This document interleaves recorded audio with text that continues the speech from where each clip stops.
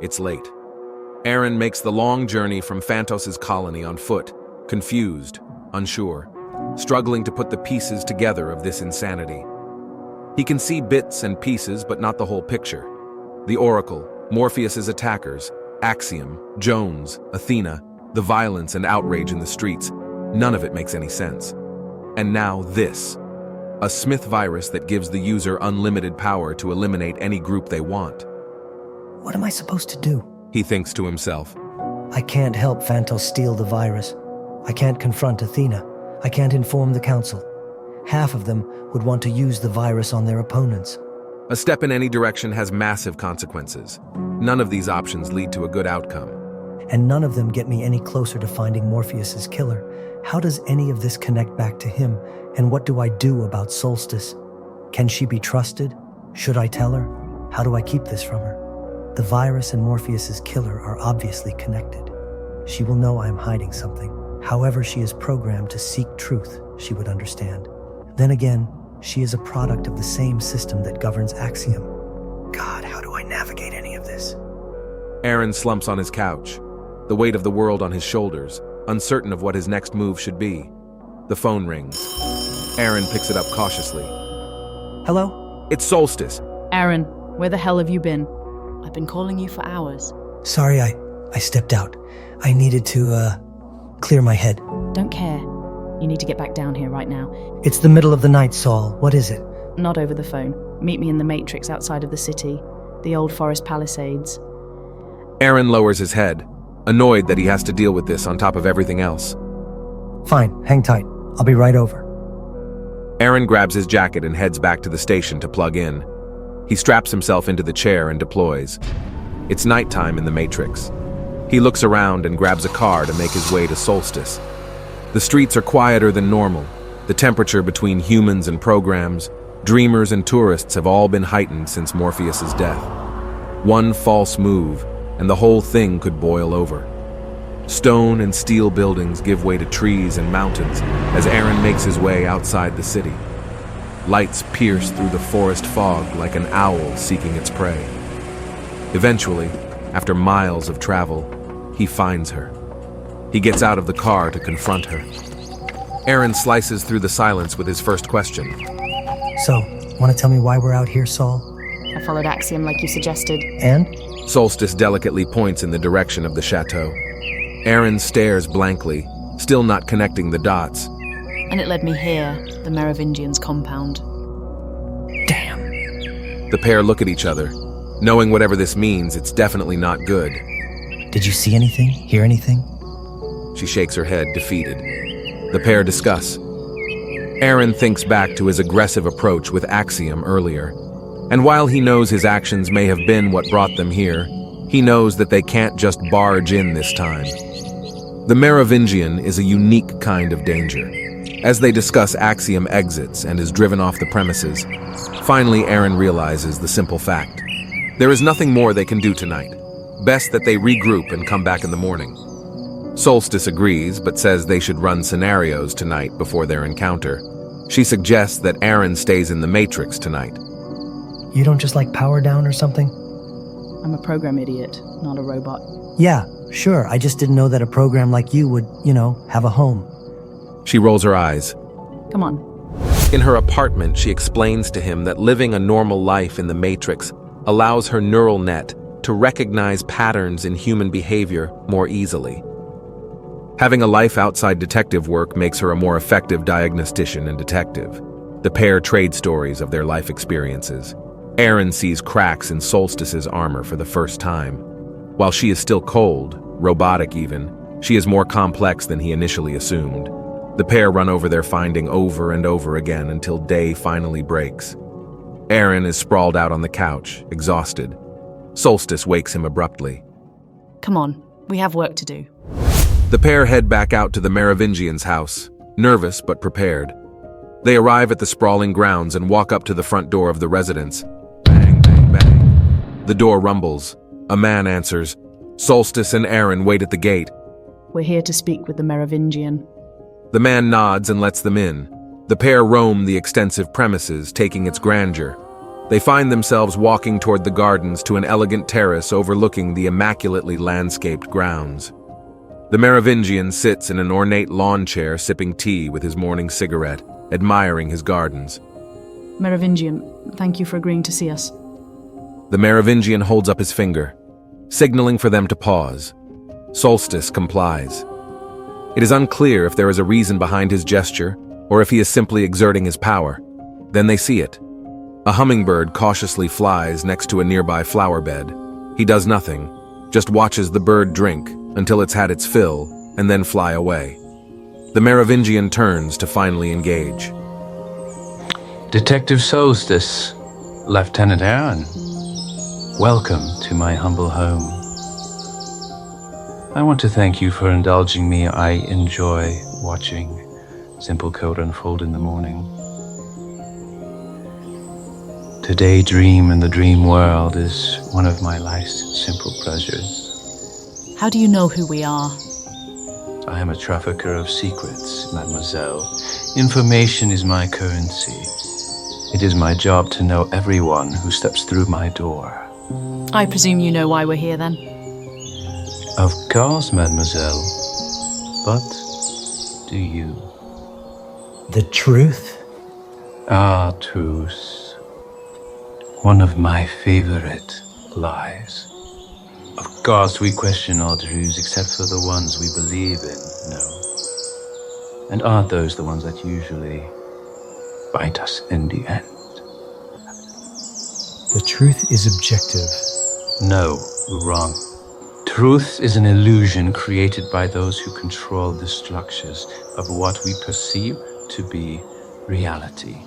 And you, of all people, Aaron, should understand and know that there is no such thing as objective truth in a place like this.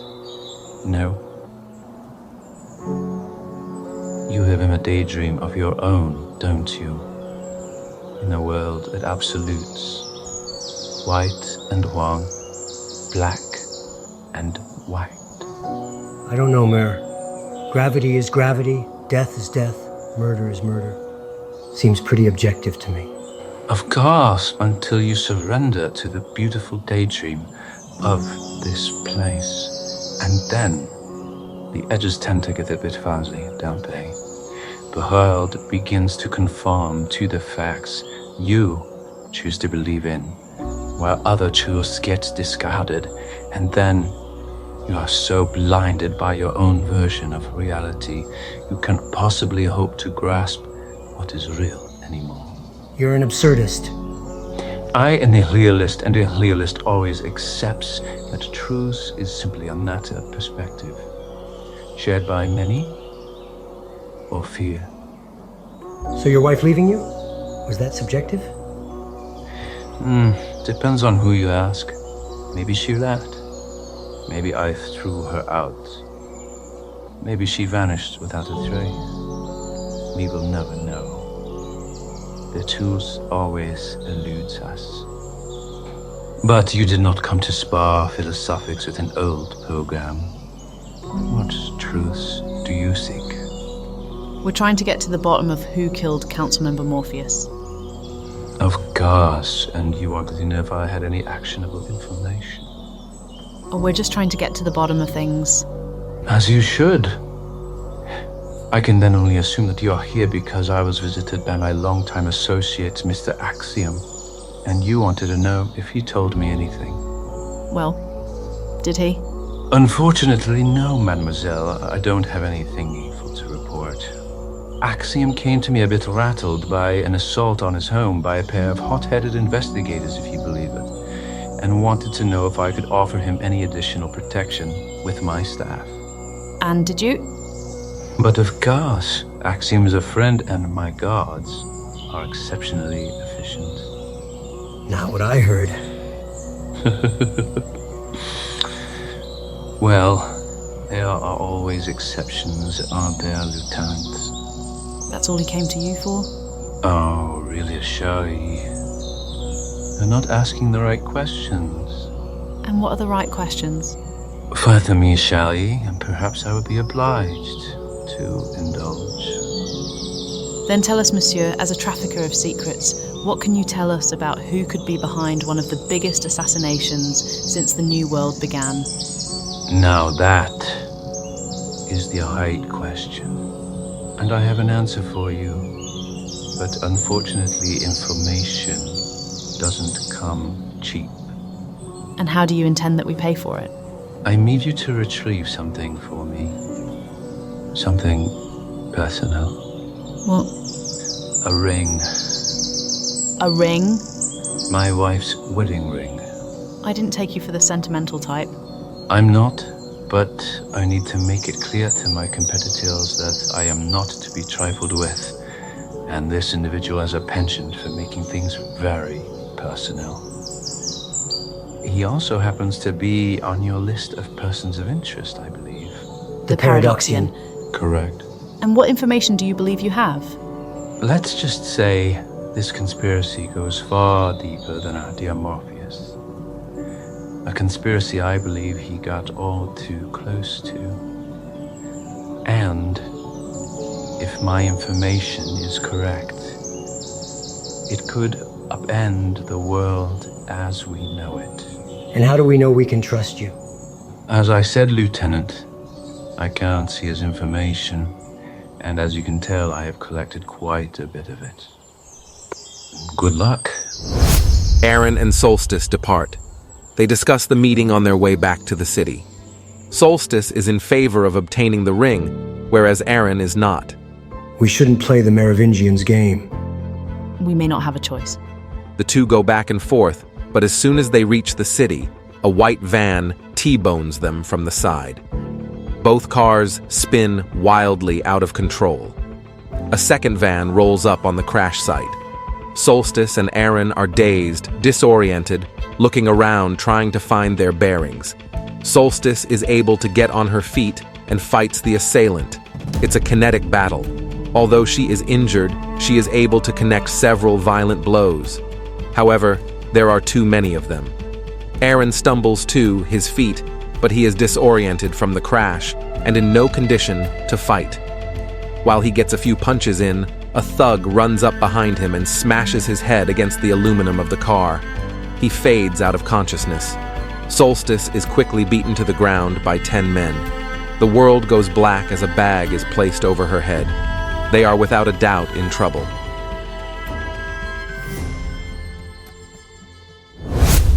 Slowly, Aaron's vision returns, trying to meaningfully identify any of his surroundings. Slowly, a picture begins to form. It's the Paradoxian's clubhouse. They are in the Vice Matrix, and they are surrounded by his thugs tied up and gagged. And in the center of it all is an ominous silhouette of a man in white.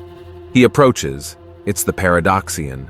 He struts around them amused, like a child watching a pair of zoo animals. Hello there. The pair grunt and gag, trying to reply. The Paradoxian snaps his fingers. The gags come off. What the hell, man? A little bird told me you might be looking for me. A blue bird? Ooh.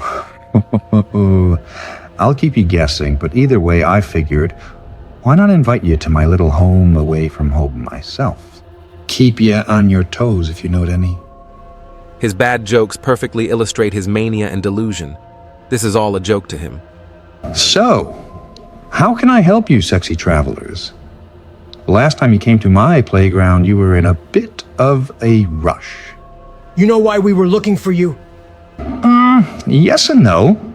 I know that you're investigating the death of poor Morpheus. R.I.P. I know that you're talking to all sorts of folks, including my dear friend, the Maravian. How is murdered, by the way. And I know that there is potentially a more sinister plot afoot. Am I getting one? The pair remain silent.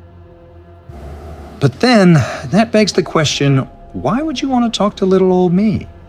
Surely I couldn't have been involved with anything that had to do with the old man's death?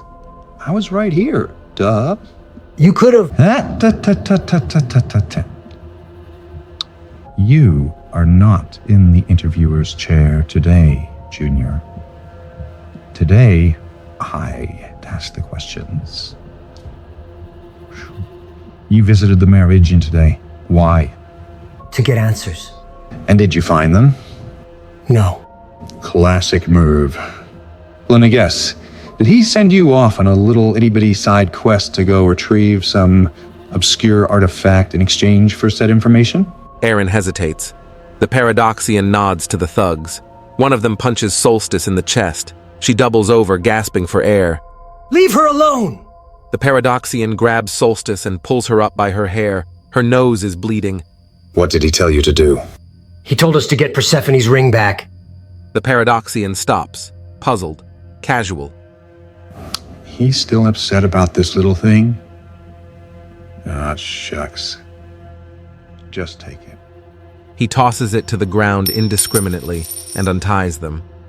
Aaron looks around the room, delirious with the Paradoxian's erratic behavior. Just like that? Just like that. Aaron picks up Solstice along with the ring, and the pair begin to turn and exit, but not before the Paradoxian throws one last curveball. Although, there was something else I was curious about. Tension fills the room. Solstice and Aaron turn back to face the Paradoxian. I've been told that they're transporting prototypes out of Olympus before the archival process begins. What I don't know, however, is what they are transporting. You were just there, am I right? What have you seen? Solstice and Aaron look at one another, unsure how to respond. Aaron's mind races to the Smith virus, but he can't tell him about that. It would risk everything. Word has it, programs that my friends here might be able to go to the real world very soon. You wouldn't know anything about that, would you? No, sir.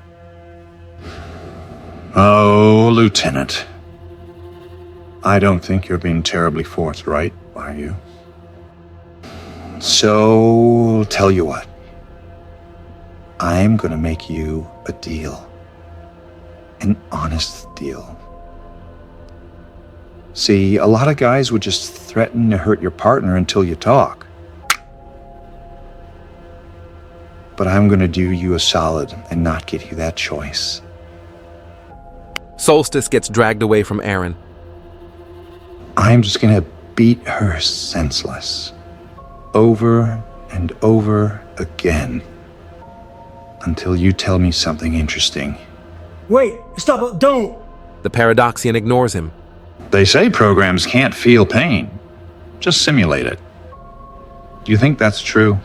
Solstice looks scared for the first time. Don't, please, we'll leave! But then again, what's the difference between the simulation and the real thing if you can't tell the difference? The Paradoxian swings a bat at her arm. Solstice cries out in pain. Stop! I don't know anything, I swear! He hits her again, and again, and again. He changes form with each blow, every smack growing more crazed. Solstice's cries fill the room as Aaron begs him to stop. Tell me something interesting. Please, I don't know anything, I swear! Liar. Tell the truth or I will peel the face off of her digital skull. Aaron, please help. All right. There is a virus! The Paradoxian stays his blade. The world snaps back. Go on. It's a virus built from the old Smith source code. You can deliver code to every being inside the Matrix, human or program. You can corrupt them, kill them, brainwash them. Entire populations or key individuals. The ultimate digital weapon. Why would they build such a thing? It wasn't designed to be a weapon. They thought it could deliver updates, patches, re-upload new code more easily. And that's what they're transporting tomorrow? I don't know. I just heard about it. He lets Solstice go. She falls to the floor, breathing heavily, trying to recover from the beating she just took. She coughs up some blood. She reaches out and touches it. She's never seen her own digital projection of blood before. Okay. You can go. But I am keeping this. The Paradoxian grabs Persephone's ring out of Aaron's pocket. Aaron is shocked at the Paradoxian's 180-degree flip in his demeanor. Aaron runs over to Solstice and hugs her. Are you okay? Just get me out of here. Together, the pair hobble out of the club. Solstice says she needs to reboot back at her apartment in order to heal. Don't worry, Saul, we'll get you fixed up. Just hang tight. They exit the club and don't make it more than 10 feet when all of a sudden every screen in the Vice Matrix turns on. It's the Paradoxian. Hello, dudes and dudettes. Guess what little fun fact I just stumbled across today? Aaron looks up at the screens. Oh, no. Olympus, aka the Science Matrix, has been a bit naughty. They've gone and developed a virus in secret that could potentially kill us all. I don't know about you, but that really grinds my gears. No. The signal is now being broadcast to every Matrix construct and the real world. They're transporting out the Science Matrix before they archive it tomorrow. They think that they can just build stuff and we won't notice. Or better yet, care. But guess what? We do care. So, if you're anything like me, you're gonna want to get your little hands on this fangled contraption and see what it does. So see you there. Have fun fighting to the death. I know I will. What have I done? Every known antagonist is going to do everything they can to obtain the Smith virus. There is no way to contain this anymore. Human tourists, dreamers, and programs fight amongst themselves. Several people organize their ranks and take up arms to get to this superweapon. Slowly but surely, Aaron and Solstice make their way back to the shared matrix. The streets are chaotic. Brawls and riots break out everywhere. Aaron fights off antagonists where he can. Eventually, he is able to get Solstice back to her apartment. She stumbles to a data pad and punches in a few numbers. She glitches and reconfigures. Suddenly, she re-emerges. Her injuries and fatigue gone. The pair huddle up in her apartment as the streets descend into chaos underneath. You knew? I didn't know how to tell you. You mean you didn't trust me? I had just found out. I didn't know what to do with the information myself, let alone how to tell others. How did you find out? I was following up on a lead, an old friend of Morpheus's. Aaron goes on to tell her about the plot Phantos had devised. Were you going to help him? He's a radical soul. He would destroy all machines if he could. That's not a no. I wasn't soul, I knew it was wrong. I just couldn't see a way forward. He reaches out to reassure her. She pulls away. Aaron thinks about the next words to say for a long moment, until finally he speaks. We come from different worlds, Saul. I know you don't have any reason to trust me, but I've grown to see what programs are capable of, the richness of their desires, like what? Like your desire to build a life. Solstice doesn't know how to take that information. I never claimed to be human. I know. I was created for one purpose, to uncover secrets. That's what I was built for, but when that man was beating me, I felt something. More than wanting the pain to stop. I wanted to live. Then you know what it feels like to be human.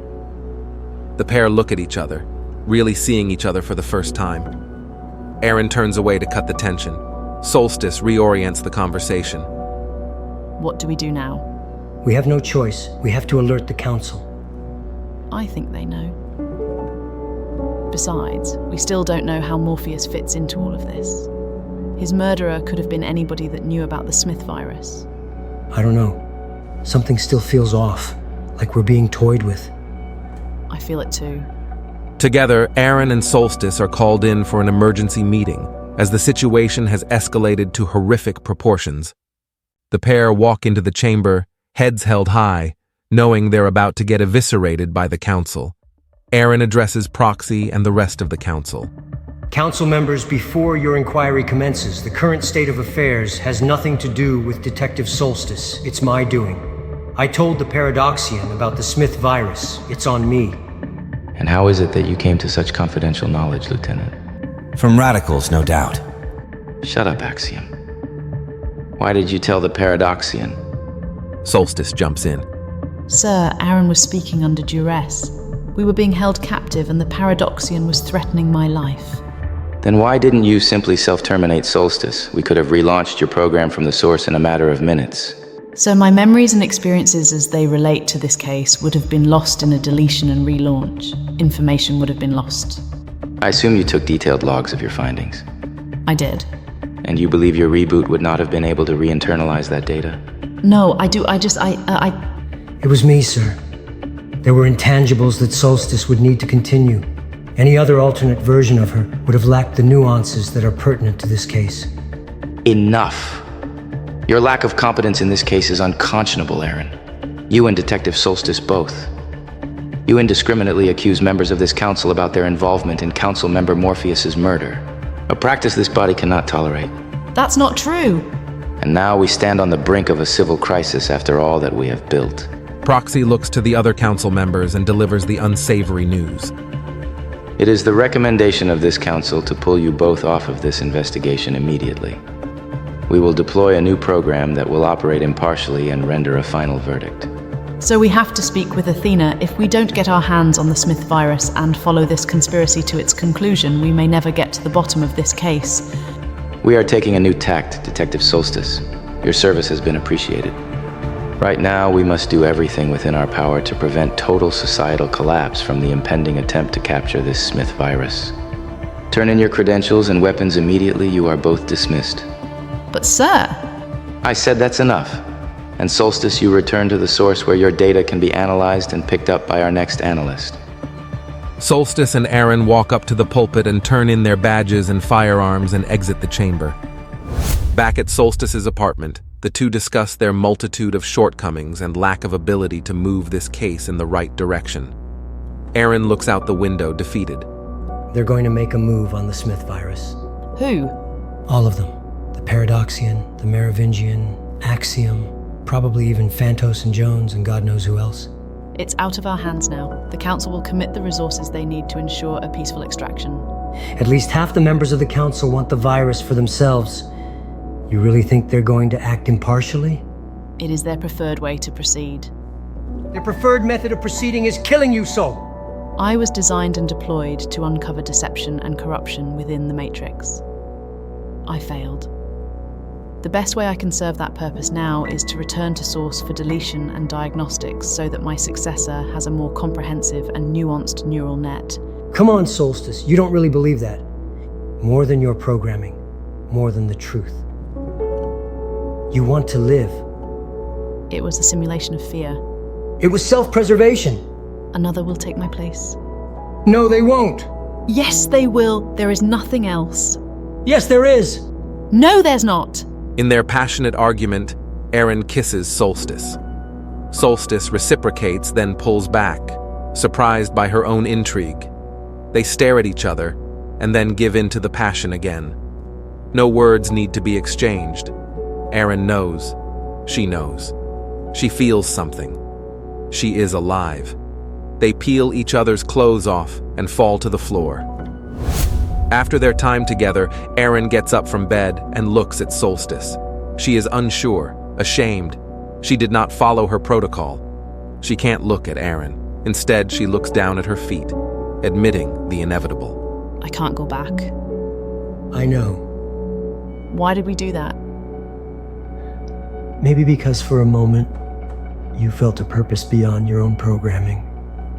One of your own making. And you? Why did you? Maybe because I wanted to feel something too. She smiles. So what happens now? Aaron puts on a robe and looks out the window. We can't let any of those maniacs get a hold of the Smith virus. We need to find out when and where the courier is going to take place and steal it. If we do that, there is no going back. For me or you. I swore I was going to find Morpheus's killer period. If that means I need to go outside of the council, then that is what I am prepared to do. Getting to the bottom of this Smith virus fiasco is the fastest way to unlock who's behind all of this. It's the only way now. Even if we succeed, they won't just let us back in. They've changed their minds before. They will again, if we get to the bottom of this. What does that mean? It means we are going to be the ones to steal the Smith virus.